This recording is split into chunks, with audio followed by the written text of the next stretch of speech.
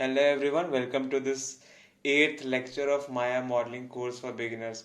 And if you have come this far and if you have uh, done all the previous tutorials, I would like to appreciate you and congratulate for completing this seven lectures. And I hope that you will push like this and complete this course. So, and also in the last lecture, we created, our name. Like I created my name Anshul with the help of type text tool. So, if you have, created your, if you have created your name, I would say that share this thing on your story so that other people get jealous of you, right? This is what Instagram is for. And and if you want, you can also tag me by saying, you can say thank you like this and that. My Instagram ID is jaaaks.gdc. So if you want to appreciate me, you can appreciate me there. You can add a story with it. Okay. uh, so the next thing we are going to study today is attribute editor. So first, what I'm going to do is I'm going to delete this name. So what we next thing we're going to study is attribute editor. So first we create a cube by going there. After we have created a cube, okay,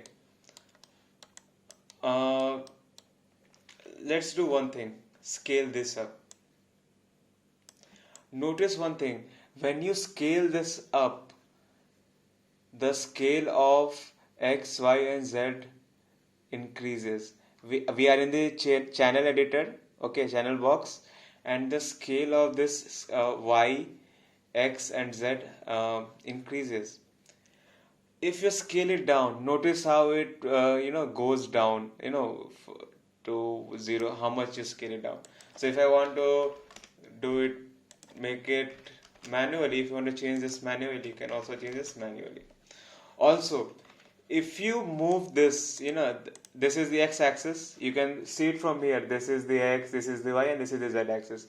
So this is the x-axis. If you move it in the x-axis, notice how this translate x increases. And if you move this in the negative or opposite direction of x-axis, you will see that this number becomes negative.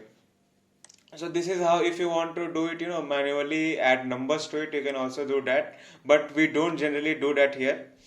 We generally move it by eyeballing it, what looks good to our eyes. We generally do it this way. If you want to increase in the y direction, you can increase in that direction. Okay. And if I rotate again, if I rotate in this z axis, you can see my axis is increasing. If I rotate in this axis, it will show here. So what I'm trying to say is these things, whatever changes you do here, are reflected here. Okay, and now let's delete this cube and let's make another cube. And now I want you to open this inputs tab in this polycube one. Click on this polycube one. After you click on this polycube one, you will see that there are three parameters: width, height, and depth. Now, if I increase the width, you will notice that the width of this cube increases. If I increase the height, you notice that the height of this cube increases. If you decrease the depth, depth increases, decreases the way you change this. Okay, this is similar to y, x, and z. So it's similar to that also only. And I also want to add one more thing. Like if you go to attribute editor and go to this p cube one, and if you increase the scale of this, you see the scale also increases here.